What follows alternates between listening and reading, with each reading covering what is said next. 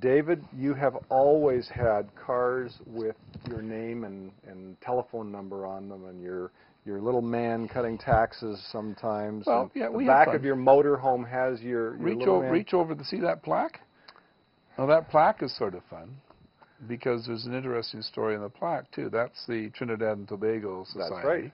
And that's the first prize for the sheriff's car. And the sheriff's car is sort of fun because I'm going to tell the story. There's bad parts and good part. You remember that we had that old Chevy, yes, the Chevy truck. The Chevy truck, yes. And in the divorce that Josie and I had, she sold the truck. I believe and it's been Charlie, cut in half and sent up to Squamish or something. No. It's over in Salt Spring Island. Somebody's restored it. Anyway, right. But whatever. We didn't want her to sell the truck, but she sold it. And the next day, Charlie was in from Chilliwack getting his tax return done. And everybody in the office is buzzing about the truck being sold. I mean, this is marketing, right? This is marketing. If you don't tell some, there's that joke about women and so on. About I'll tell that one sometime. I'll have to look it up, though. You know, marketing, tell a neighbor. Anyway, making a long story short, Charlie, who's been a client for years, heard about the truck, and he leaves the office. He's on his way home to Chilliwack. He shows up an hour later. He's got all the way to the Port Mann Bridge, and he's thinking he's done the loop at 108th and come back. He says, "I've got a truck. You can have it." And Charlie had a 1952 Chevy pickup truck in pieces. In Chilliwack. And I could have it. We could put it together. And we went out to look at Mitchell and Jane and I went out to look at it. And the truck was, I actually got the truck and then I gave it away to somebody else. But he had the 53 Chevy Sherrif's car in the yard there, and I said, "How much?" And then I looked at it, we took it for a test drive, it had too much rust. Came home that night, Jesse James, the kids all wanted it. Mitchell wanted it. I don't know if Jane wanted it. Did Jane want it? I don't know. Mitchell wanted it. Came back, it was too rusty. And then I watched Jesse James' Monster Garage. Yes. And Monster Garage is doing... a restore. Well, Jesse has bought a 54 Chevy four-door, same as this one. And he's paid $9,500 US, and Charlie only wants $3,500 for this one in Chilliwack. And he's paid $9,500, and when he takes it apart, it's got too much rust on it. So he buys another one for, I'm sorry, I did that wrong, $6,500 US, which is $9,500 Canadian with the exchange. At that point, not and now. then he buys, actually, I think Jesse maybe paid $6,000 for the first one. And he didn't like it; it wasn't too rusty, so he bought another one for $6,500. I think that's what happened. So he's $12,000 into it. So he's put $12,000 US, which is $18,000 Canadian to get one body, and the bodies are worse than the one that I've just been offered for $3,500. So I phoned Charlie the next day and said, "I'll take it." And we went out and picked it up, and we drove it home. Had a ball driving. Didn't have a siren on it then. No. We took Did it have the bubblegum light on top? Yes, it did. It doesn't have a bubblegum light, though. It's a funny light, and I wanted... Yeah, shotgun light, yeah. Right. And I wanted to... It drove all the way back, and we get home. Mitchell's following.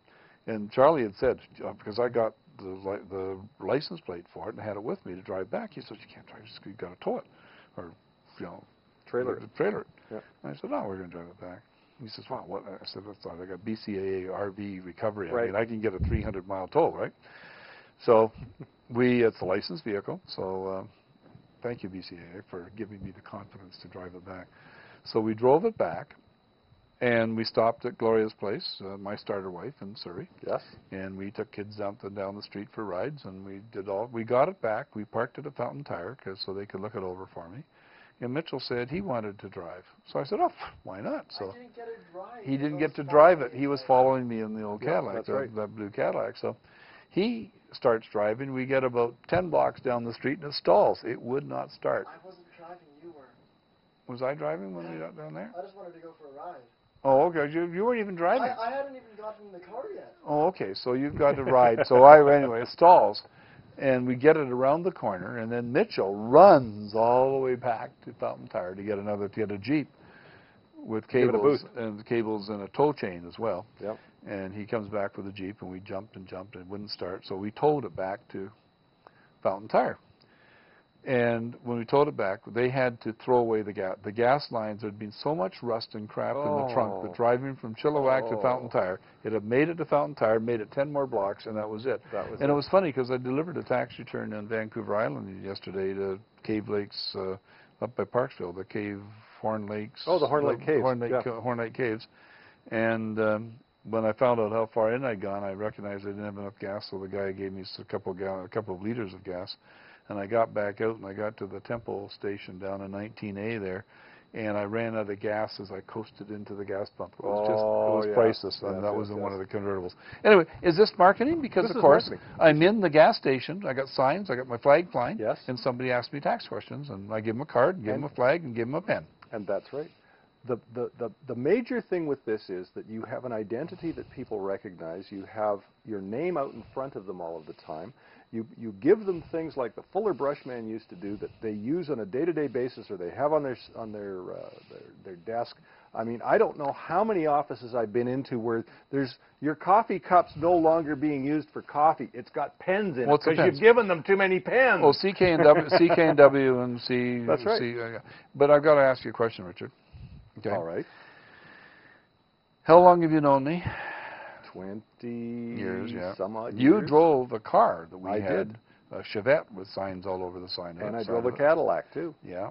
But Eldorado. you are sitting out there right now with a car with a great big thing, and you've never had signs on your car, so That's right. why not? Because up until very recently, I haven't needed the business.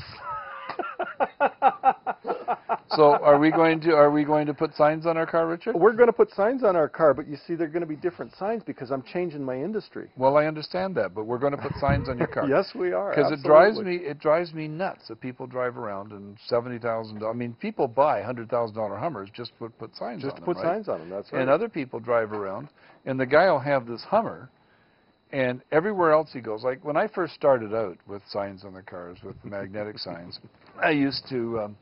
You're playing with our tech again.